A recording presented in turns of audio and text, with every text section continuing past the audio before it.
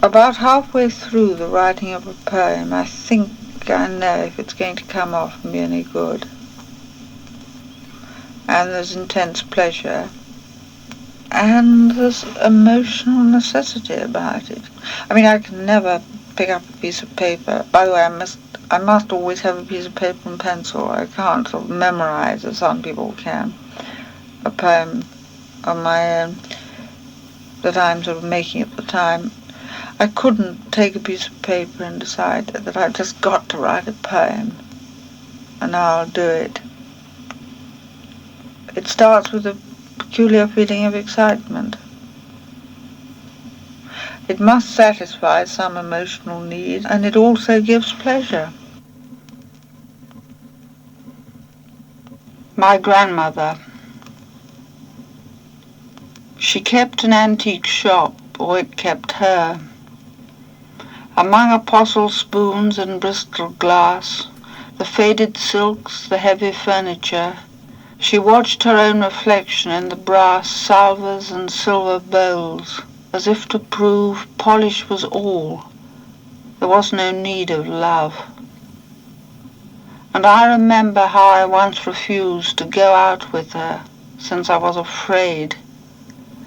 It was perhaps a wish not to be used like antique objects.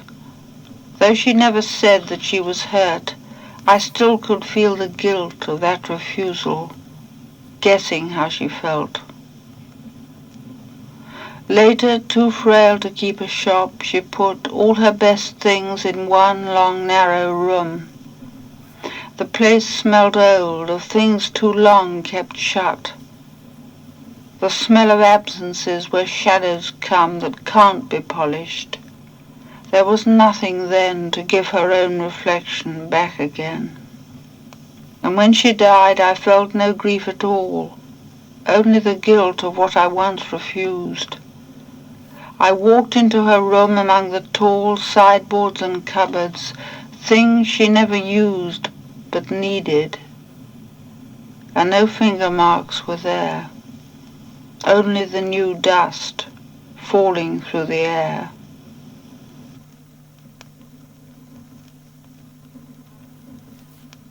Harvest and Consecration. After the heaped piles and the corn sheaves waiting to be collected gathered into barns, after all fruits have burst their skins, the sating season cools and turns. And then I think of something that you said of when you held the chalice and the bread. I spoke of Mass and thought of it as close to how a season feels which stirs and brings fire to the hearth, food to the hungry house, and strange uncovered things. God in a garden, then in sheaves of corn, and the white bread a way to be reborn. I thought of priest as midwife and as mother, feeling the pain, feeling the pleasure too, all opposites together, until you said no one could feel such passion and still preserve the power of consecration. And it is true. How cool the gold sheaves lie, rich without need to ask for any more richness.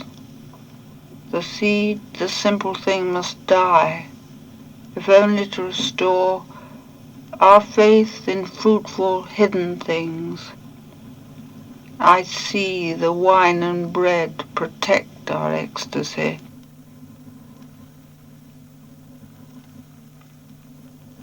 Two deaths.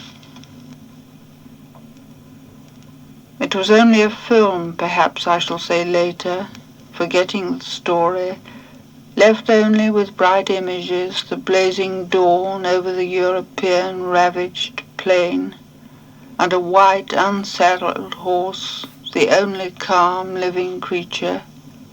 Will only such pictures remain?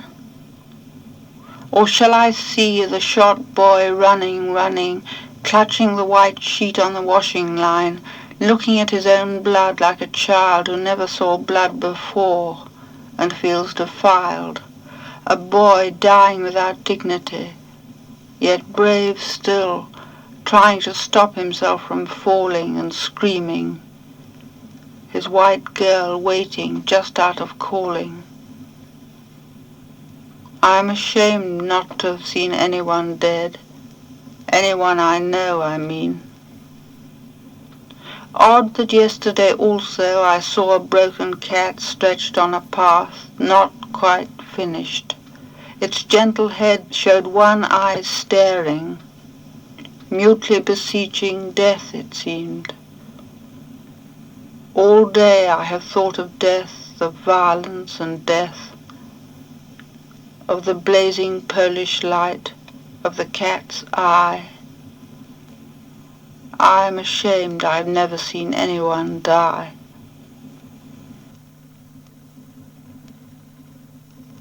Patients in a public ward. Like children now, bed close to bed, with flowers set up where toys would be in real childhoods, secretly we cherish each our own disease. And when we talk to please ourselves that still we are not dead. All is kept safe, the healthy world held at a distance on a rope where human things like hate and hope persist. The world we know is full of things we need, unbeautiful and yet desired, a glass to hold and sip, a cube of ice, a pill to help us sleep. Yet in this warm and sealed-off nest, the least alarm speaks clear of death. Our fears grow wide, there are no places left to hide, and no more peace in lying still.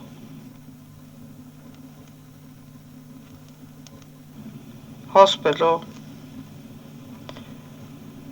Observe the hours which seem to stand between these beds and pause until a shriek breaks through the time to show that humankind is suffering still. Observe the tall and shriveled flowers, so brave a moment of a glance. The fevered eyes stare through the hours, and petals fall with soft footprints. A world where silence has no hold except a tentative small grip. Limp hands upon the blankets fold, minds from their bodies slowly slip. Though death is never talked of here, it is more palpable and felt, touching the cheek or in a tear, by being present by default. The muffled cries, the curtains drawn, the flowers pale before they fall. The world itself is here brought down to what is suffering and small. The huge philosophies depart, large words slink off, like faith, like love. The thumping of the human heart is reassurance here enough.